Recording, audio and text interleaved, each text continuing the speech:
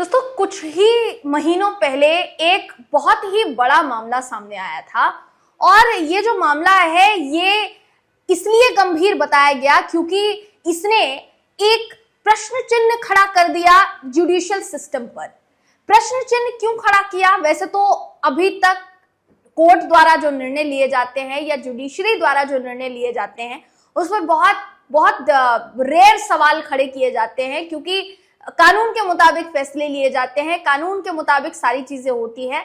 मगर क्या हो अगर एक जज के ऊपर गंभीर सवाल खड़े हों, क्योंकि मामला ही ऐसा सामने आया कि सवाल तो पूछा जाएगा। मामला क्या था? कैश कांड से जुड़ा हुआ मामला था दोस्तों। जस्टिस यशवंत वर्मा, आपको याद होगा दिल्ली हाई कोर्ट के जस्टिस, जिनके घर पर, जिनके सरकारी आवास पर कहीं ना कहीं कैश बरामद हुआ। आग लग जाती है अचानक और मतलब समझ लीजिए अथाह कैश जो है उनके घर से मिलता है। जले हुए नोट, जली हुई करेंसी उनके घर से बरामद होती है। शुरुआत में हर कोई स्तब्ध था ये जानकर, लेकिन जब मामला सुप्रीम कोर्ट पहुंचा, सीजीआई, हमारे पूर्व सीजीआई संजीव खन्ना के संज्ञान में मामला पहुंचा तो उन्होंने एक कमेटी का गठन किया और उस कमेटी को इस जिम्मेदारी दी कि आपको इस मामले की जांच करनी है। अब जब जांच हुई है तो ऐसा खुलासा हुआ है दोस्तों कि आगे आने वाले समय में जुडिशरी सिस्टम जो है, जुडिशियल सिस्टम जो है, उसको लेकर बहुत एहतियात बरता जाना शुरू हो सकता है। और ये मैं क्यों कह रही हूं ये आपको समझ में आएगा जब इस खबर में आखिर तक आप मामले को जान पाएंगे, इसलिए इस वीडियो में आखिर तक बने रहिएगा। नमस्कार, मेरा नाम है जयंती झा और आप देख रहे हैं देश नीति। जस्टिस यशवंत वर्मा से जुड़े कैश कांड के मामले में एक बड़ा खुलासा हुआ है। आपको बिना देर के वो दिखा देते हैं। आपकी स्क्रीन पर इस समय वो खबर मैं आपको दिखा रही हूं दोस्तों, जिसके मुताबिक अब खबर सामने आई है कि जिस स्टोर रूम में आग लगने के बाद जली हुई करेंसी बरामद हुई थी वो जस्टिस वर्मा और उनके परिवार के कब्जे में था। यानी जो कहा गया, जस्टिस यशवंत वर्मा से भी जब शुरुआत की पूछताछ हुई थी तो उनके द्वारा ये कहा गया था, उनकी फैमिली द्वारा भी ये कहा गया था कि इसके बारे में उनको कोई जानकारी नहीं है। जस्टिस यशवंत वर्मा ने तो ये तक कह दिया था कि उनको फंसाने की कोशिश की जा रही है। मगर अब जो खुलासा हुआ है ये अपने आप में कई तरीके के सवाल दागता है जस्टिस यशवंत वर्मा पर। देखिए, जांच समिति ने बंगले के इलेक्ट्रॉनिक साक्ष्य, गवाह और जांच के आधार पर ही ये निष्कर्ष निकाला है, इस कंक्लूजन पर वो आई है। समिति ने 50 से ज्यादा लोगों के बयान भी दर्ज किए हैं जैसा बताया जा रहा है। साथ ही दिल्ली पुलिस कमिश्नर संजय अरोड़ा और फायर सर्विस के प्रमुख भी उस समय मौजूद थे। कहा यह जा रहा है कि दोनों ही अफसर, यानी पुलिस कमिश्नर संजय अरोड़ा और फायर सर्विस के प्रमुख जो है, दोनों ही अफसर आग लगने के बाद सबसे पहले मौके पर पहुंचने वाले दो लोग थे। रिपोर्ट में यह भी कहा गया कि 14 मार्च 2025 की रात करीब 11:35 पर आग लगने के बाद स्टोर रूम से नकदी जो है वो हटाई भी गई थी। जस्टिस वर्मा के खिलाफ सीजीआई ने जांच की सिफारिश की थी और वो जो जांच की सिफारिश है, अब बताया जा रहा है कि क्योंकि इतना बड़ा खुलासा हुआ है तो जस्टिस यशवंत वर्मा के खिलाफ महाभियोग प्रस्ताव लाया जा सकता है। अब महाभियोग प्रस्ताव क्या होता है ये पहले आपको बता देते हैं, उसके बाद इसमें जो खुलासा हुआ है एक एक डिटेल आपको मैं बताऊंगी।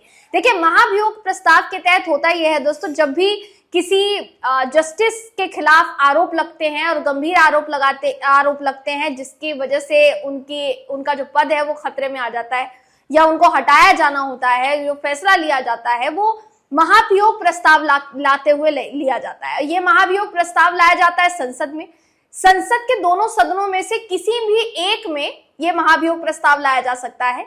50 लोगों के हस्ताक्षर कम से कम राज्यसभा से होने चाहिए, 100 लोगों के हस्ताक्षर कम से कम लोकसभा से होने चाहिए, तो महाभियोग प्रस्ताव जो है वो पेश किया जाता है। महाभियोग प्रस्ताव के तहत किसी जस्टिस को हटाना है उनके पद से या नहीं हटाना है, या उनका एक तरीके से कहा जाए तो उनके प्रोफेशन से उनको अलग करना है, सारी चीजों पर जो है विचार विमर्श किया जाता है।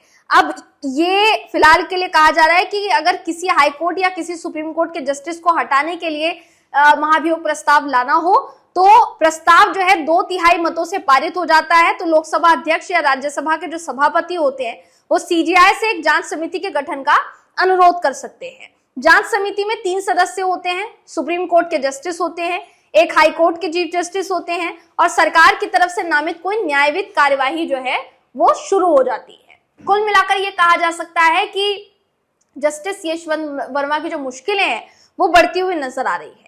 अब अगर इस पूरे मामले की बात की जाएगी कि क्या कुछ सामने आया है, तो पता ये चल रहा है कि अधजले नोट मिलने की जो खबर है जैसे ही सामने आई थी, उस समय के सीजेआई संजीव खन्ना यानी तत्कालीन सीजेआई संजीव खन्ना की जांच के लिए 22 मार्च को पैनल बनाया गया था।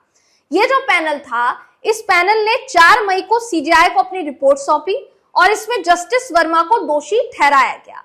रिपोर्ट के आधार पर सीजेआई ने इन हाउस प्रोसीजर के तहत जस्टिस वर्मा के खिलाफ महाभियोग चलाने की सिफारिश की थी।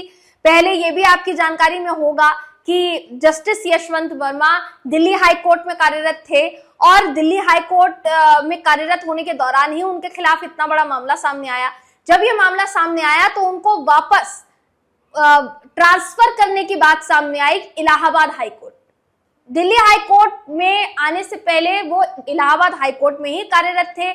इलाहाबाद हाई कोर्ट उनको वापस भेजे जाने का जब निर्णय लिया गया तो इलाहाबाद बार काउंसिल ने इसका विरोध किया, हाई कोर्ट बार काउंसिल ने, और विरोध करते हुए कहा गया कि अगर ऐसे जजेस के खिलाफ या जस्टिस के खिलाफ इस तरीके के आरोप लग रहे हैं तो पहले उनकी जांच हो जानी चाहिए, उसके बाद उनको जो है उस कार्यरत उनको होना चाहिए। हालांकि फिर भी इलाहाबाद हाई कोर्ट ट्रांसफर कर दिया गया था जस्टिस यशवंत वर्मा का, और जब जस्टिस यशवंत वर्मा का ट्रांसफर किया गया तो वहां उन्होंने बेशक शपथ भी ले ली, लेकिन उनको कोई भी काम नहीं दिया गया था। यानी कोई भी आगे एज अ जस्टिस उनको क्या करना चाहिए उससे जुड़ा कोई भी काम उनको नहीं सौंपा गया था। तब से लेकर अब तक जांच जारी थी और जांच जारी होने के बाद, जांच होने के बाद कहीं ना कहीं इतना बड़ा खुलासा हुआ है जो अपने आप में चौंका रहा है। देखिए, जस्टिस वर्मा की अगर बात की जाएगी तो पहली बार नहीं है जब इस तरीके का आरोप उनके ऊपर लगा है। इससे पहले भी वो चर्चा में रह चुके हैं क्योंकि 2018 में एक बड़े घोटाले में उनका नाम सामने आया था। 57.85 करोड़ रुपए के घोटाले में उनका नाम सामने आया था। खबर है कि जस्टिस वर्मा के खिलाफ 2018 में गाजियाबाद की सिंभावली शुगर मिल में गड़बड़ी मामले में सीबीआई ने एफआईआर दर्ज की थी। ओरिएंटल बैंक ऑफ कॉमर्स ने मिल में गड़बड़ी की शिकायत की थी। शिकायत में कहा गया था कि शुगर मिल ने किसानों के लिए जारी किए गए 97.85 करोड़ रुपए के लोन का गलत इस्तेमाल किया है। जस्टिस वर्मा तब कंपनी के नॉन एग्जीक्यूटिव डायरेक्टर थे और मामले में सीबीआई ने जांच शुरू कर दी थी। लेकिन फिर क्या होता है, जांच धीरे धीरे धीमी होती चली जाती है। 2024 फरवरी में अदालत ने सीबीआई को बंद पड़ी जांच शुरू करने का फिर से आदेश दिया, मगर जब सुप्रीम कोर्ट मामला पहुंचता है तो इस आदेश को सुप्रीम कोर्ट ने पलट कर रख दिया और सीबीआई ने जांच जो है वो बंद कर दी। ये जो है मैं आपके सामने रख रही हूँ, इसमें कुछ भी मसाला लगाकर आपको नहीं दिखाया गया है दोस्तों, क्योंकि देश नीति हमारा चैनल ये सुनिश्चित करता है कि आप तक जो जानकारी पहुंचे वो सटीक जानकारी पहुंचे, कुछ भी फैक्ट के साथ जो है गड़बड़ ना की जाए, और हमारी जिम्मेदारी बनती है कि आपको फैक्ट सहित पूरी खबर जो है वो बताई जाए। तो अभी तक जो जानकारी सामने आई है वो मैंने आपके सामने रखी है। जस्टिस यशवंत वर्मा से जुड़े मामले में इतना बड़ा खुलासा, इसे आप किस तरीके से देखते हैं, कमेंट करके हमें जरूर बताइएगा। अगली वीडियो में मैं आपसे फिर मिलूंगी, तब तक के लिए नमस्कार।